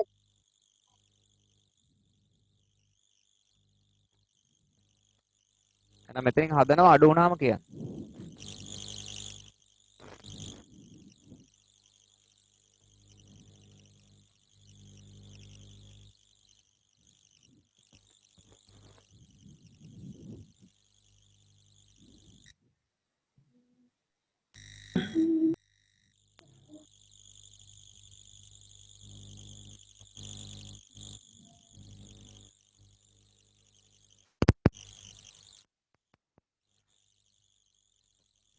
දැන් හරි සර්. හරිද? හරි. එහෙනම් නෝට් එක ගැලපෙන්නේ මේ විදිහට. මෙතනින් පසුව ඔය රූප සටහන් දෙක තමන්ගේ ලියන පොතේ ඇලවෙන්නට ඕනේ නම් කිරීම සමග. නම් කිරීම සමග. දැන් අපි ඊළඟට යන්නේ ශාක සෛලය හා සත්ව සෛලය අතර වෙනස්කම් සංසන්දනය කරන්නට. දැන් රූප සටහන් දෙකක් තියෙනවා නම් කරලා. රූප සටහන් දෙකක් තියෙනවා නම් කළා. දැන් කරන්න මයික්. ඔන් කරන්න මයික්. දැන් කතා කරන වෙලාව.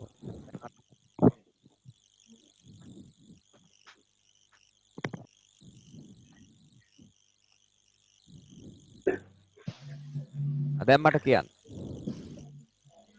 හරිත ලව ඇත්තේ කාගේද?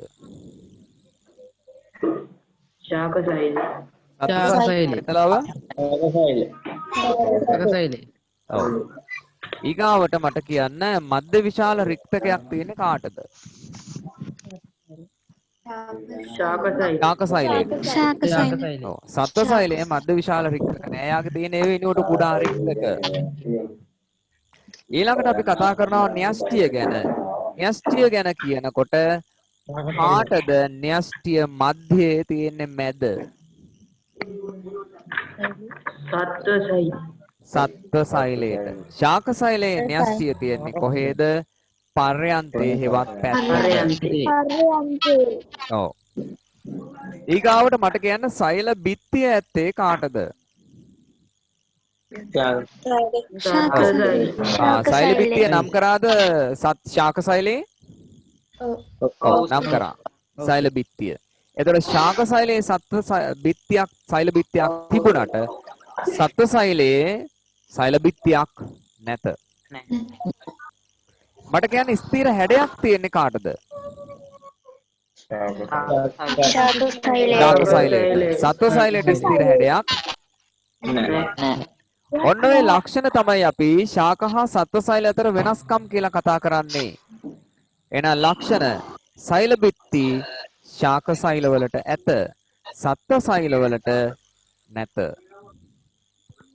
ඇත නැත. ඊගාවට ස්ථිර හැඩයක් තියෙනවා ශාක සෛලයට සත්ව සෛලයට නැහැ. ඊපස්සේ අපි කියනවා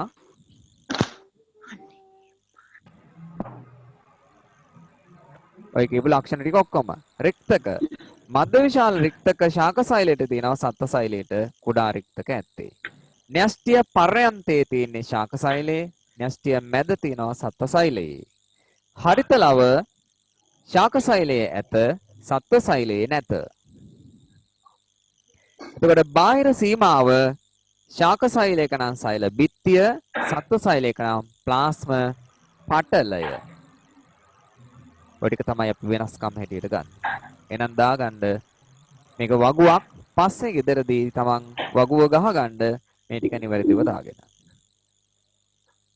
ඉක්මන් කරමු.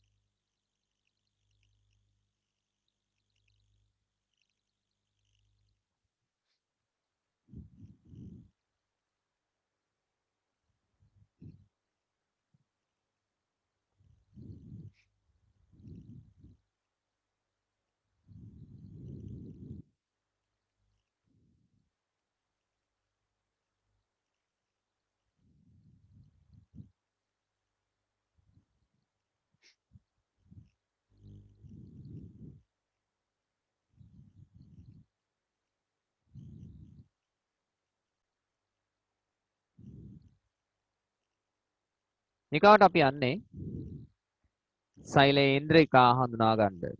අත පැන්නේ ලියන්න මාතෘකාව සෛල ඉන්ද්‍රිකා. ඉන්ද්‍රිකා.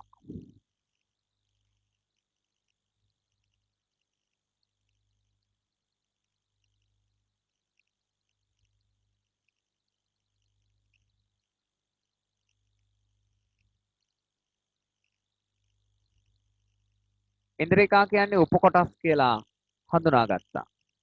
සෛලය තුල ඇති උපකොටස් ඉන්ද්‍රිකා ලෙස හඳුන්වයි. පළමුව අපි හඳුනා ගන්නට යන්නේ න්‍යෂ්ටිය ගැන. න්‍යෂ්ටිය. මෙන්න න්‍යෂ්ටියේ ස්වභාවය. දේවතාවක් න්‍යෂ්ටිය නම් කළා. න්‍යෂ්ටියේ හරියටම ව්‍යුහය මෙතන තියෙනවා. ඔයාලා අඳින්න ඕනේ කොටස් මේවා. එතකොට න්‍යෂ්ටියේ ඇතුළත සහ පිටත කියන පටල කියනවා කීයක්ද?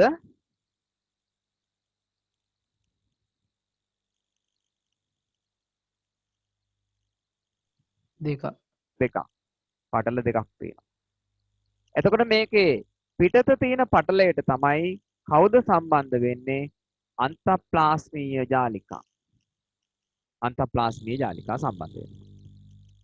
දැන් එතකොට න්‍යෂ්ටිය තුල තියෙන අර තව පුංචි මෙන්න මෙහෙම අර ටෙනිස් බෝලයක් වගේ විවිහක්. ඒකට කියන්නේ අපි න්‍යෂ්ටිකාව කියලා. ඊළඟට තියෙනවා අර වර්ණ දේහ කියලා හඳුන්වන නූල් ජාලයක් වගේ කොටස. න්‍යෂ්ටිය ඇතුළත නිකම්ම නෙවෙයි මේක තරලයකින් පිරී පවතින නිසා අපි ඒ කොටස හඳුන්වන්නේ න්‍යෂ්ටි යුෂය කියන නමින්. ওই විදිහට කොටස් ටික න්‍යෂ්ටිය තුල අන්තර්ගත වෙනවා. න්‍යෂ්ටිය තුල අන්තර්ගතයි. දැන් ඒ කොටස් ටික අපි හැදෑරුවට පස්සේ අපි බලන්න ඕනේ මොකද්ද මේ න්‍යෂ්ටියෙන් සිද්ධ වෙන කාර්ය කියලා. සිද්ධ වෙන කාර්ය. ඒතර බලන්න න්‍යෂ්ටිය වර්ණ දේහ තියෙනවා. න්‍යෂ්ටිය තියෙන්නේ න්‍යෂ්ටි තමයි ප්‍රධානතම ඉන්ද්‍රිකාව න්‍යෂ්ටිය. ප්‍රධානතම ඉන්ද්‍රිකාව. එහෙනම් මොකද්ද මෙයා කරන්නේ? සජීවී ද්විපටලමය වේ. පටල දෙකයි සජීවී. සෛලේ ප්‍රධානතම ඉන්ද්‍රිකාවයි. ඊගාවට මෙයාගේ කාර්යයන් සෛලීය ක්‍රියා පාලනය කරන නිසා මෙයාට අන්වර්ථ නාමයක් තියෙනවා පාලක මධ්‍යස්ථානය කියලා. මේ විභාග ප්‍රශ්න මේ නමින් දෙන්නේ. ඊගාවට පරම්පරාවෙන් පරම්පරාවට ලක්ෂණ සම්ප්‍රේෂණය කිරීම කියන කාරණාවත් ගන්නවා. එයා තුල වර්ණ දේහ පිහිටන නිසා. වර්ණ දේහ පිහිටන නිසා. ඒත් එකම තව අමතර කාරණාවක් හැටියට මම පෙන්නලා දෙනවා. මේ පාඩමේ ඌනන විභාජනය අනූනන විභාජනය පාඩමේ කොටසේදී මුණ ගැසෙන නිසා මිනිස් දේහ සෛලයක න්‍යෂ්ටියේ වර්ණ දේහ තියෙනවා කීයද? 46ක්. ඒ වර්ණ දේහ 46 පොතේ එකතු වෙලා තියෙන්නේ කොහොමද? දෙන්න යුගල වශයෙන් එකතු වෙලා තියෙන්නේ. ওই විදිහට එකතු වෙලා තියෙන්නේ. වර්ණ දේහි යුගල් වශයෙන් පිහිටා. එතකොට කියනවා වර්ණ දේහය මෙතන යුගල 1යි. ඒ වගේ ඒවා යුගල තියෙනවා කීයක්ද? 23ක්.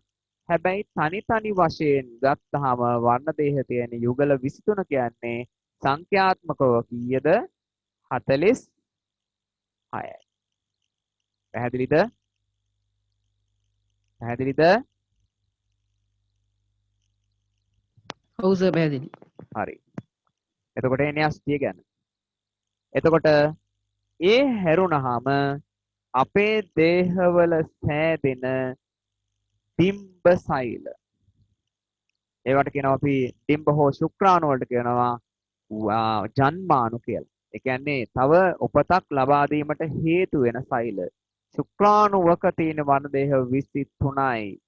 ඩිම්බයේ තියෙන වර්ණ දේහ 23යි.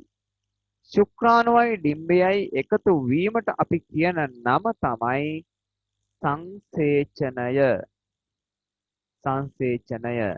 සංසේචනය වූ සෛලය අපි හඳුන්වන්නේ කවුද? යුක්තාණුව කියලා. යුක්තාණුව. යුක්තාණුව තමයි නව ජීවියා බවට පත් වෙන්නේ. නව ජීවියා. එතකොට මේ නව ජීවියාගේ තියෙනවා වර්ණ දේහ කීයක්ද? 46ක්. හෙවත් යුගල කීයද? 23යි. ඒ කොහොමද? පියාගෙන් ලැබිච්ච වර්ණ දේහ යුගල 23යි. ඩිම්බයෙන් ලැබිච්ච වර්ණ දේහ 23යි. සංසේචනයෙන් මේ දෙක එකතු වුණාම යුක්තාණුවේ තියෙන්නේ පියා පාර්ශවයෙන් ලක්ෂණ වර්ණ දේහ 23කොත් මව් පාර්ශවයෙන් ලක්ෂණ විදිහට ක්‍රියා කරන වර්ණ දේහ 23කොත් එකතුවෙන් හැදෙන්නේ. තාත්තට කතා කරන්නත් බෑ. මොකද්ද? අම්මට කතා කරන්නත් බෑ. කියනවනේ මහලොකුට. තාත්තා කියන්නේ කේන්තියාම. තොගයගේ දුවන්නේ මගේ ලේ කියලා. නෑ එහෙම නෙවෙයි. ඒක වෙන්නේ නෑ. ඒ දෙන්නමගේම නොවන ලේ ඔබ තුල තිබිය හැකි වෙනස් වර්ගයක රුධිරය. රුධිර වර්ගය වෙනස් වෙනවා. ඒ වගේ කවුරුත් කියන්න බෑ අම්මගේ පලාපු පළුව තාත්තගේ පලාපු පළුව මන් තමයි ඔහොම කියලා කාටවත් කියන්න බෑ. සමහර අයට ඇති අම්මගේ කොණ්ඩය තාත්තගේ නහය. ඒ විදිහට ඇති තම තමන්ගේ එක අයගේ ලක්ෂණ. අපිට ඒ පෙනෙන්න තියෙන ලක්ෂණ. සමහර අය කියන්නේ ඔය අම්මා වගේමයි තාත්තා වගේමයි එහෙම කියලා කියනවා. නමුත් මේ දෙදෙනාගේම ලක්ෂණ සමබරව සෑදුණු කෙනෙක් තමයි කවුද? නව ජීවියා හෙවත් ඔබ. නව ජීවියා හෙවත් ඔයාලා. එතකොට සාමාන්‍ය දේහ සෛලක වන්දේ 46 කියන්නේ යුගල 23ක් තියෙනවා. විශේෂයි ජන්මාණු කියන ඒවා ශුක්‍රාණු සහ ඩිම්බ. එතකොට මේ ඒ සංඛ්‍යාවෙන් ඒගොල්ලෝ තියෙන්නේ කීයද කියලා මං කිව්වා. හරියටම තියෙනවා 23 බැගින් අඩංගු වෙනවා. එතකොට දැන් ඒ නව ජීවියා නැවත වතාවක් මොනවද? ඩිම්බ හෝ ශුක්‍රාණු ඇති කරනකොට නව ජීවියා එයා එතකොට ශුක්‍රාණු නම් හැදුවේ එයාගේ වර්ණ දේහ 23යි. ඩිම්බ නම් හැදුවේ එයාගේ 23යි. ওই විදිහටයි චක්‍රය පවතින්නේ. චූටි කාරණාවක් ඉදිරියේදී පුළුල්ව කතා කරනවා අපි විභාජනය කියන මාතෘකාව යටතේ මේ පාඩමේ ඉන්ද්‍රියිකා ටික අවසන් වුණාම විභාජනය ඉතා වැදගත් විභාජනයේ මාතෘකාව. හොඳයි. එහෙනම් මේ කරුණු කීපය මම විදිහට එලි කළා. ඊගාවට දෙවෙනි කොටසට යනවා. ඉන් මත්තෙන් ලියලා ඇඳ ගන්නට අවශ්‍යයි මේක. ලියමු. සෛලේන්ද්‍රිකා. සෛලය තුල ඇති උපකොටස් ඉන්ද්‍රිකා ලෙස හඳුන්වයි. ලියන්න. න්‍යෂ්ටි අඳින්න.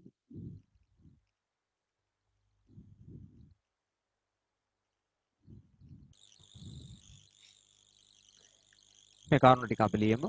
සජීවීය ද්විපටලමය වේ. සෛලේ ප්‍රධානතම ඉන්ද්‍රිකාවයි. කාර්යයන් ලියන්න වෙනව. විවිධ වර්ණ පෑන් පාවිච්චි කරන්න කොළ පාට හැරෙන්න.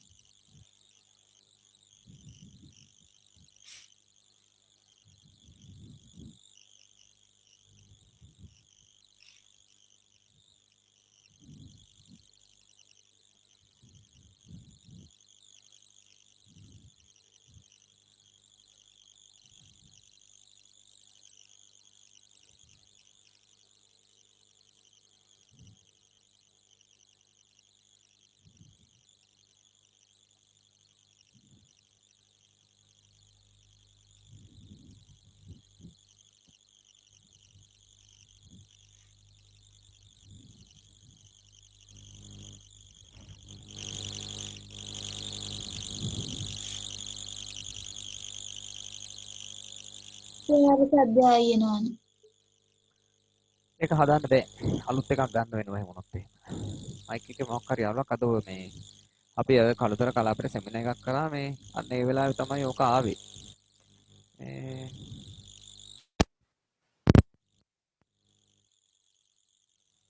හදාන්න බෑ දසනේ. මොකක් හරි වෙන්නේ නැති.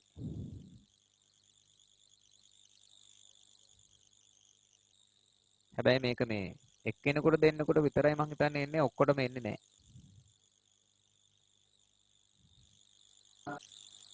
දැන් ඔයගොල්ලෝ මෙතන ඇඳගත්තේ අපේ අන්තප්ලාස්මේ ජාලිකා කියන කොටස. මෙයාව අපි විස්තර කරමු කොහොමද මෙයා නිර්මාණය වෙලා තියෙන්නේ කියලා. මෙන්න මෙහෙමයි. දැන් සතේ සෛලය තුල යම් යම් ද්‍රව්‍ය නිපද වෙනවා තියෙනවා. ඒ නිපද වෙන්න නැත්තම් තියෙන ද්‍රව්‍ය ටික සමහර දේවල් සෛලය තුල තිබුණොත් හොඳ නැහැ. ඒ නිසා සෛලයෙන් පිටතට අරන් යන්නට ඕනේ. සෛලයෙන් පිට කරන්නට ඕනේ. එතකොට සෛලයෙන් පිට කරන්න මේ ඉන්ද්‍රිකාව මාර්ග පද්ධතියක් ලෙස ක්‍රියා කරනවා. එතකොට මෙයා කරන්නේ මොකද්ද? පරිවහනය. පරිවහනය. ඒක තමයි එයා කාර්ය කරගන්නේ. එතකොට සෛලයෙන් පිටතට සෛලය තුළට ද්‍රව්‍ය ගේන එක පාලනය කරනවා. ඒ නිසා අපි මේ ඉන්ද්‍රිකාවට අදාළව මෙහෙම කියනවා සජීවී පටල 1යි පිටත පෘෂ්ඨයේ රයිබෝසෝම තිබුණොත් රළු අන්තප්ලාස්මේ ජාලිකා කියනවා. පිටත පෘෂ්ඨයේ රයිබෝසෝම නැත්නම් අපි කියනවා සින්දු අන්තප්ලාස්මේ ජාලිකාව කියන නම අපි යාට දෙනවා. එතකොට එයාගේ කාර්යයන් හැටියට අපි දක්වනවා මෙන්න මේ විදිහට මොනවද මෙයාගේ කාර්යයන්? සෛලයට සහ ඉවතට ද්‍රව්‍ය පරිවහනය තමයි යාගේ කාර්ය වෙන්නේ. ඒ නිසා අපි කියනවා පරිවහන ඒකකයයි කියලා. පරිවහන ඒකකය කියන නම දෙනවා.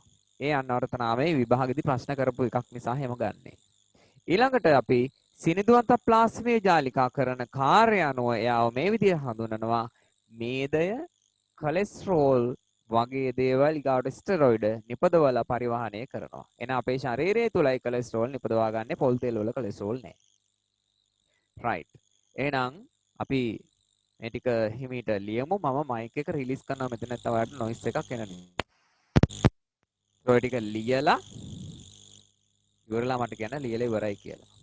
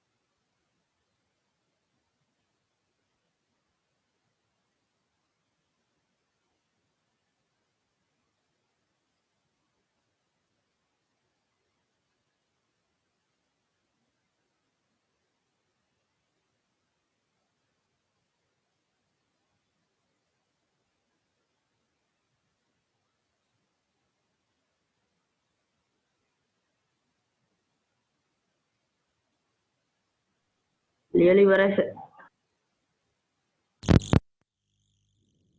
හරි. දැන් ආයෙ සද්ද ඇති.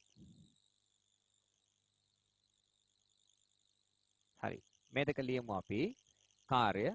මෙතන අපි අකුර හදා ගන්නට ඕනේ. ඒ අකුරේ වැරද්දක් තියෙනවා.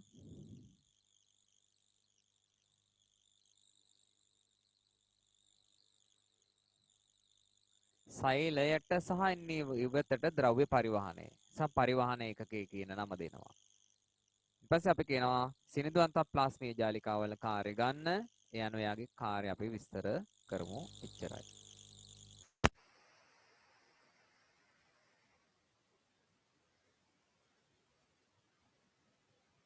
එතකොට අපේ පාඩම මම මෙතනින් අද නවත්තනවා. ඊගාට අපිට කතා කරන්න තියෙන මෙන්න මේ කොටස මම ඉදිරියට පොඩ්ඩක් යනවා. එක ඉන්ද්‍රිකා ගැන අපිට චුට්ටක් තව කතා කරන්නට තියෙනවා. සහ දෙවනුව අපිට මුණ ගැසෙනවා සමහර අපි පළවෙනි පාඩමේදී ලියපු ප්‍රතික්‍රියා සමහරක්.